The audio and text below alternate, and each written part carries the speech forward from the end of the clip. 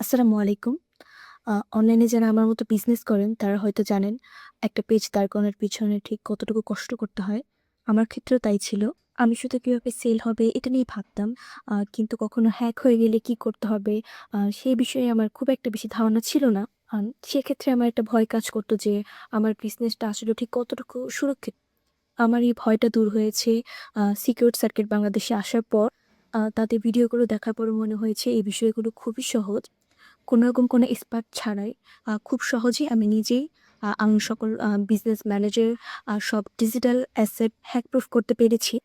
এখন security gap নিয়ে আমার কোনো ধরনের কোনো দুশ্চিন্তা করতে হয় না। যারা আমার মতো টেকনিক্যাল ঝামেলা ভয় পান বা খুব একটা বেশি বোঝেন না, তাদের জন্য বলব, আপনারা চাইলে সিকিউরড সার্কেল বাংলাদেশে জয়েন হতে পারেন।